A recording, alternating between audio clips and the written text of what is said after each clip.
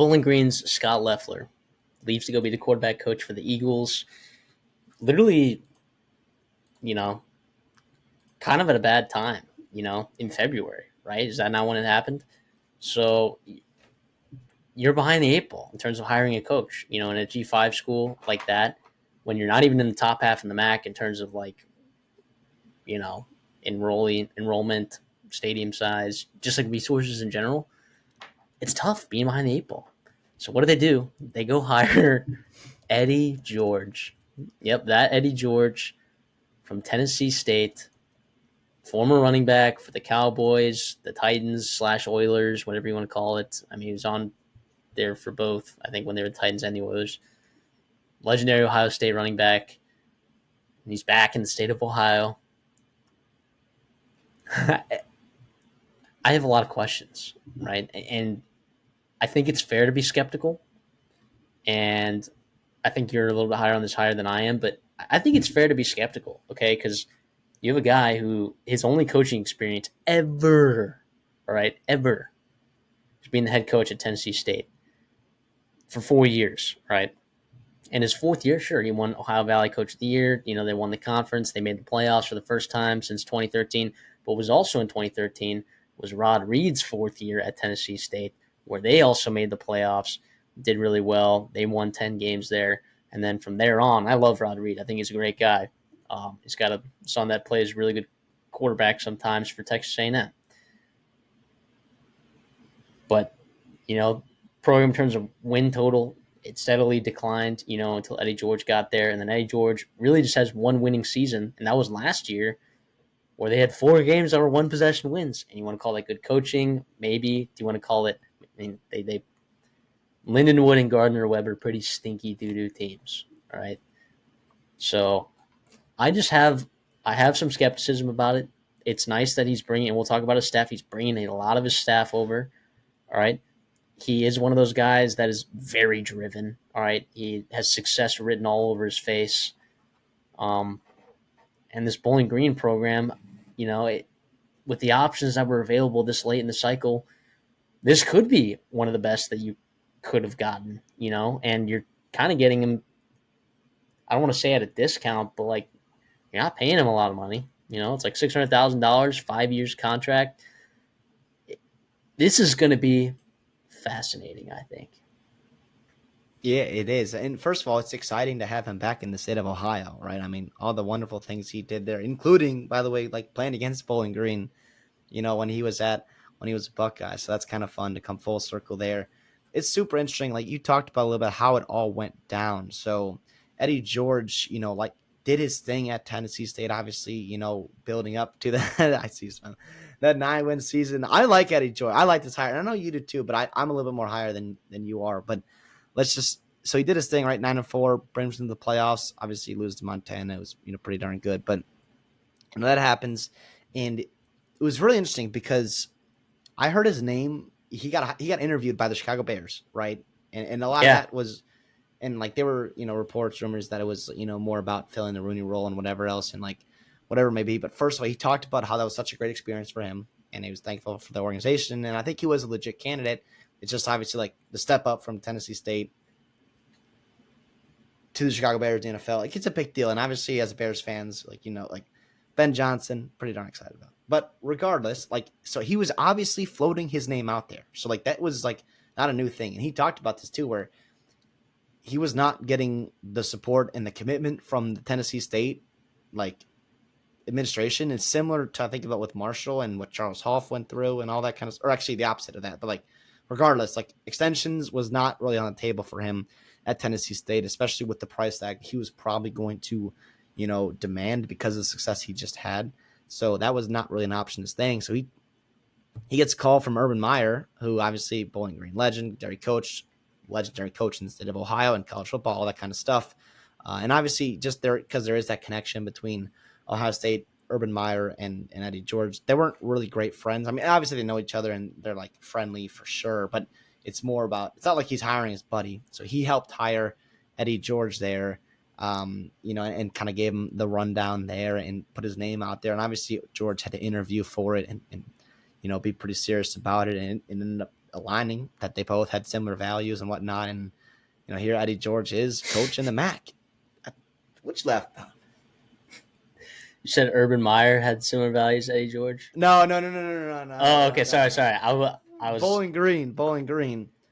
You're right. You're right. Sorry. I thought you were saying that Urban Meyer found out that him and Eddie George shared similar values. So sorry. That was silly of me to think that. Sorry. No, but Eddie, but anyways, Eddie George gets a 5-year contract, about $600,000, which is significantly more than what he was making at Tennessee State. However, like it's not about the money for him. Like he has been super successful. You talked about him being successful in everything he does. Obviously, at Ohio State and in the NFL, part of the 10,000 rusher club in the NFL, which is super exclusive, very, very impressive.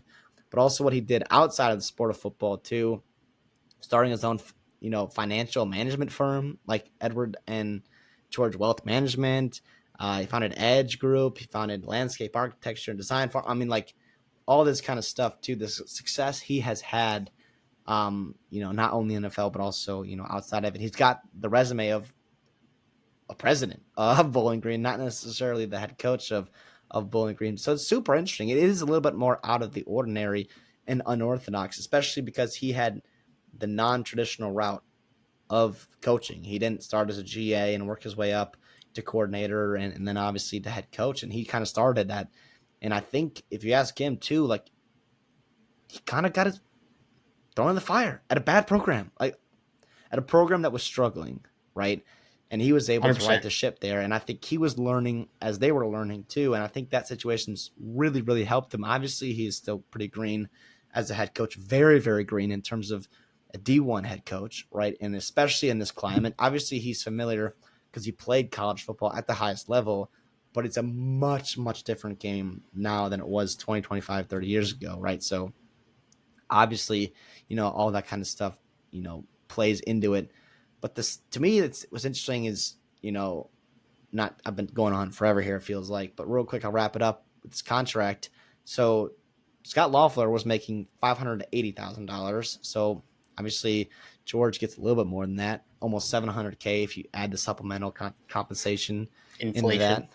that. Yeah, exactly. In this economy, damn it, no. But it's still pretty darn low in the MAC, though, right? It's still the 11th highest in the MAC, which is, the reality of the program, right? But also, too, and what's super interesting, like I said earlier, it's not about the money for Eddie George, right? He, by the way, is the one who's paying the buyout. He's paying the buyout for Tennessee State in the form of reducing the salary. Like that's kind of like whatever it was. And I don't know how much truth that is to it, but that's what was reported, right? And that's obviously interesting. Like I said, he doesn't need the money. It's just crazy. Also, real quick note too, like the buyout is about $500,000. That he has to get from Tennessee State, or Tennessee State gets from Bowling Green. If Bowling Green and Tennessee State schedule each other, that amount goes down. Isn't that awesome? Which is That's crazy. pretty funny. Obviously not related to anything, but it's just fun. He also said, lastly, my last bullet point here is, he said in his introductory press conference, I would do this for free, being the head coach. I think this means so much to him, and that's why I am buying in the person in Eddie George. Maybe not the scenario and the whatever. Like I am buying stock in the person of Eddie George because I think he succeeds at everything he does. I love who he is. I love his mindset, all that kind of stuff. I just think he's going to work like in a similar way that Dion just like figures shit out and like succeeds.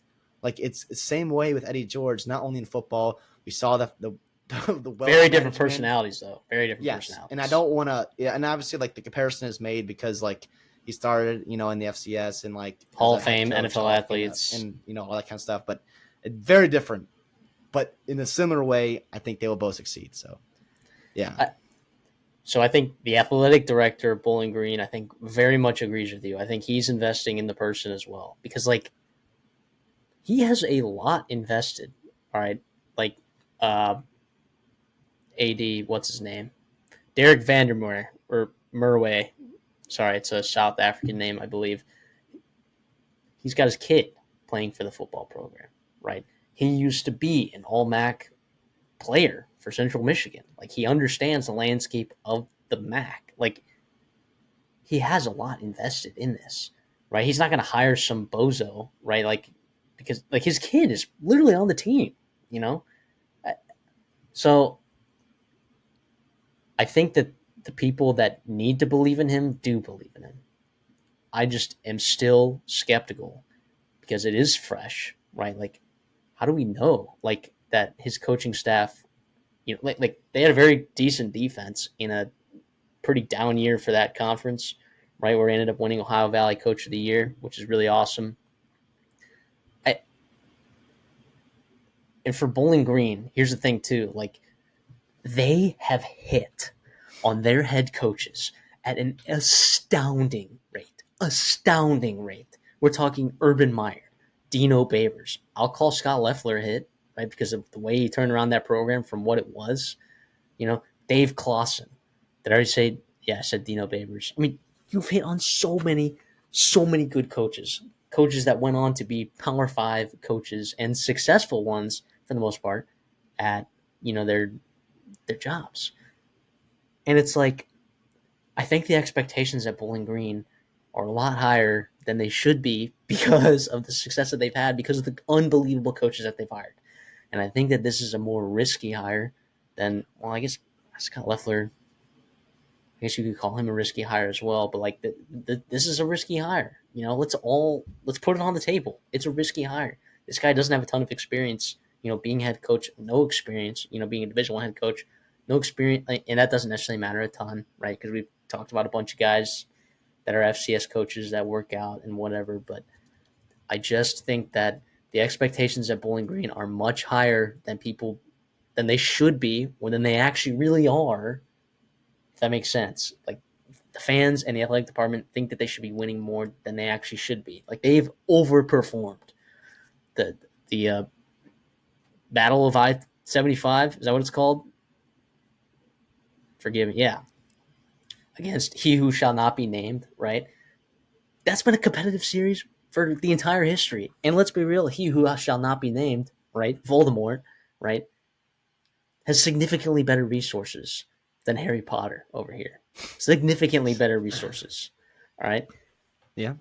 So I just think that the cards are kind of stacked against Eddie George, and I know that you talk about all the time. And by the way, they lose so much talent from last year, so much talent. They barely won 7 games, right? Barely. They got murdered in their bowl game that they should have eliminated Arkansas State, and they got blown out, right? Blown out of the gym after Harold Finn put 300 yards on the table. What is this team going to look like next year in terms of talent? I understand Eddie George, like last year, their defense was really successful, partly because he brought in a lot of transfers and true freshmen that were plug and play on that defense and did a really nice job.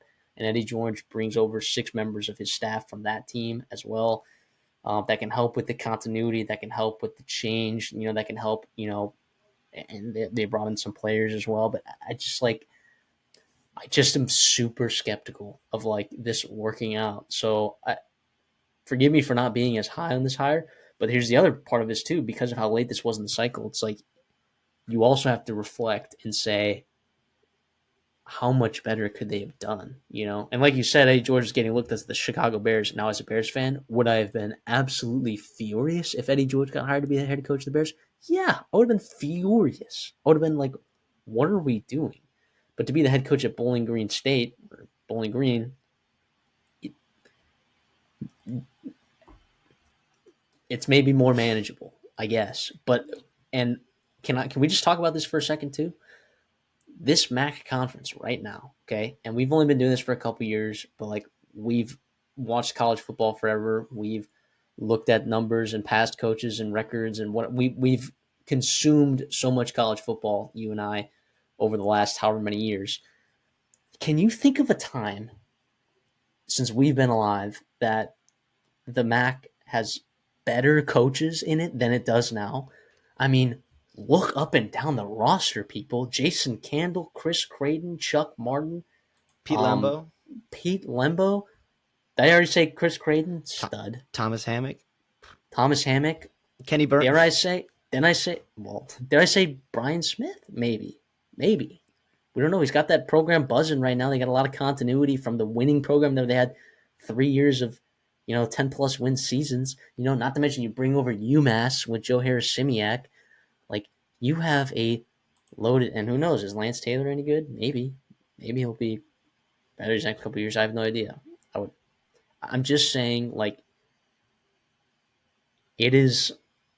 It's very competitive in the MAC, I think, right now, Yeah. and I think it's. I think that's fair to say, and so that's my honest evaluation of it. And I'll let you talk about his staff, and then we'll talk about expectations, maybe your expectations, and then we'll give our grades. Does that sound fair? Yeah, real quick to your point there, like if I had to rank the coaches in the MAC, like Eddie George, just because of the question mark, and I'm high on him, right? I'm buying his stock because I think it's going to grow. But right now, as we stand, like he is towards the bottom, if not like 11th, right?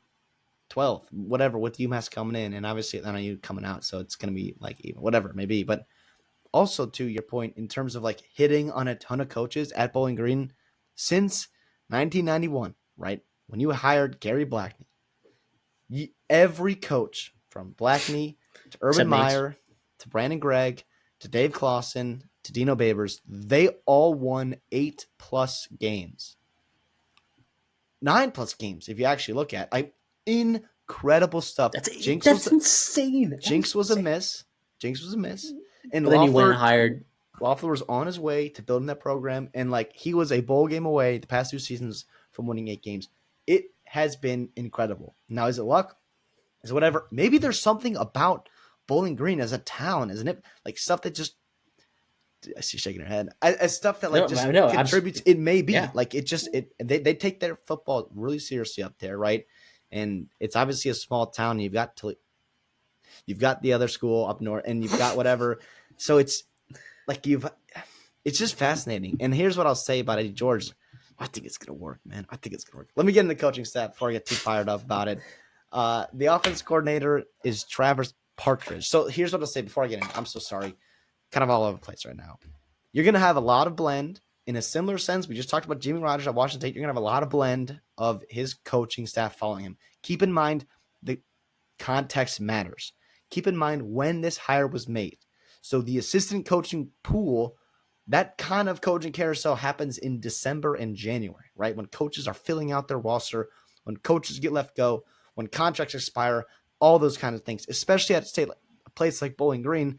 Anyone worth going Mr. Outside Hire, like, is going to be bought out or put in a spot right now, in a higher level program or in a high level program in the FBS who has a buyout and other things going on that you just can't afford to do right now. So that's what I'll say about that. So you're going to have a lot of continuity coming from Tennessee State and holdover from the previous staff. So the offense coordinator is Travis Partridge, right? He's also going to be the quarterbacks coach. Same roles that he had under Eddie George at Tennessee State. He's known for his passing offense.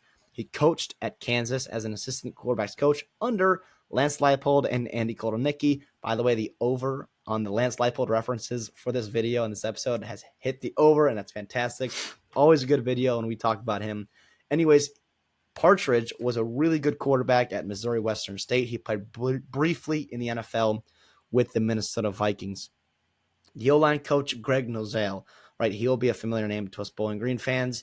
Has been there since 2020. He's coached running backs. He's coached tight ends. He's been the co-offensive coordinator. This past couple seasons was moved to offensive line, right?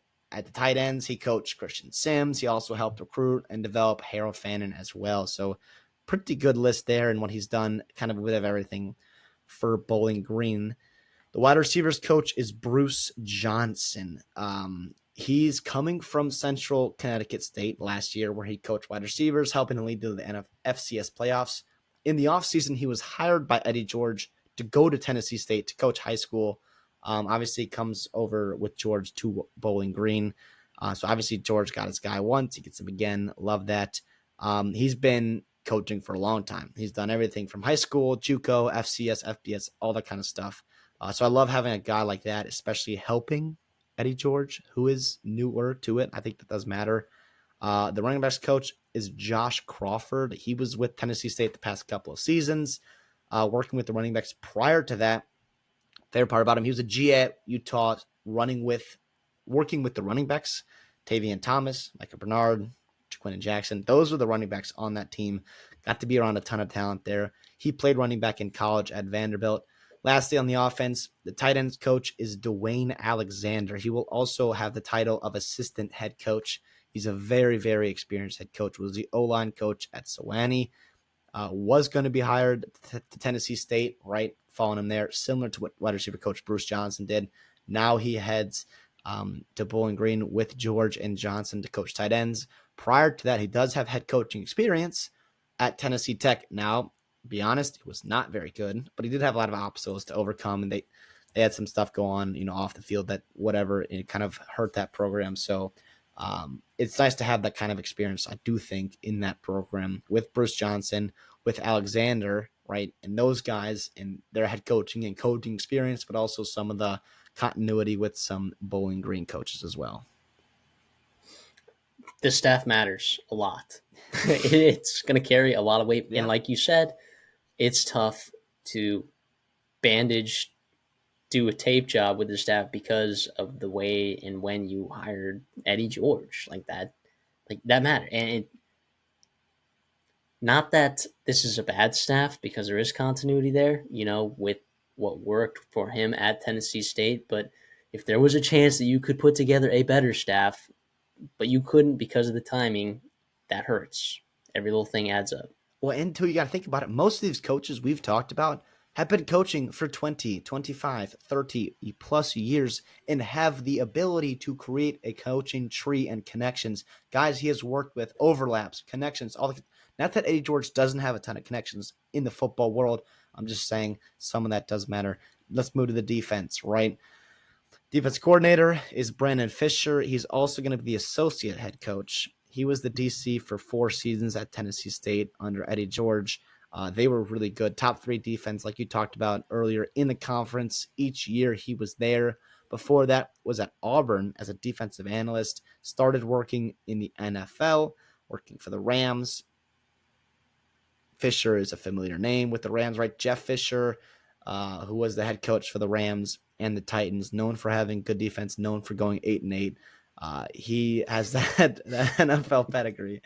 Sorry, that was a stray that poor Jeff Fisher just got. The linebackers coach is Joe Bowden. He worked under George and Fisher as the linebackers coach. Like I said, he worked with Fisher with the Rams as well. Also was the DC at Missouri Baptist, has also coached high school football in the state of Oklahoma. Defensive backs coach is Derek Jackson. He was the DB coach the past couple of seasons from at Bowling Green. He's worked in the FBS last 2 decades, right? Coached a couple of really good all-MAC defensive backs these past few seasons. Was with NIU coaching safeties, has also been at Purdue, Wake Forest, Syracuse, and Michigan State as well. So I have a lot of experience, especially in this Midwest area, right, with Purdue and Michigan State and whatever else. Secondary coach, Richard McNutt. He was the secondary coach at Tennessee State, the past couple of seasons. He's also coached in the MAC before at NIU, at Kent State, and at the team up north. The D-line coach, Clyde Simmons. He was the D-line coach the past 4 years with Eddie George at Tennessee State. He's also a really good defensive end in the NFL and then coached there for a little bit as well. Lastly, the strength and conditioning coach is Chris Fenelon. He was the strength and conditioning coach for Temple the past couple of seasons, was also a member of Ohio State's strength and conditioning staff for 3 seasons prior to that. It matters. It matters. So there's a staff. We talked about how Eddie George got here. All right. I talked a little bit about expectations. I'll open up the floor to you to talk about, because I think the expectations are higher than they should be at Bowling Green. But I want to hear your thoughts a little bit more, maybe expand on what you think the actual expectations for Bowling Green, those Falcons, should be. I think you need to be competitive in the MAC, right? I also think like making bowl games matters, right? And that's reflected in his contract. Like making a bowl game, you get $225,000 for that, $212,000 if they win it. So that's obviously not too much, but it is, part of the language. And I think those are incentives. Like they're in there for a reason.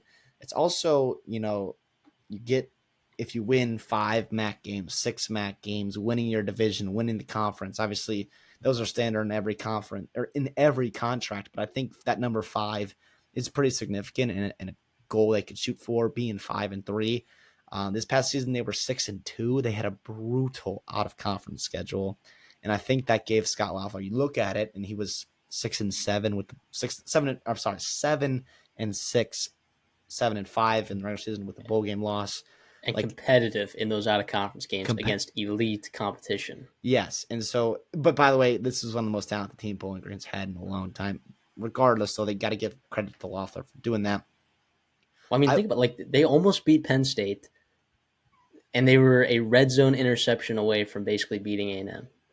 yeah, yeah, and obviously like the MAC, like you had a couple close losses. I think NIU was one of them, and some other like tough losses in the MAC there.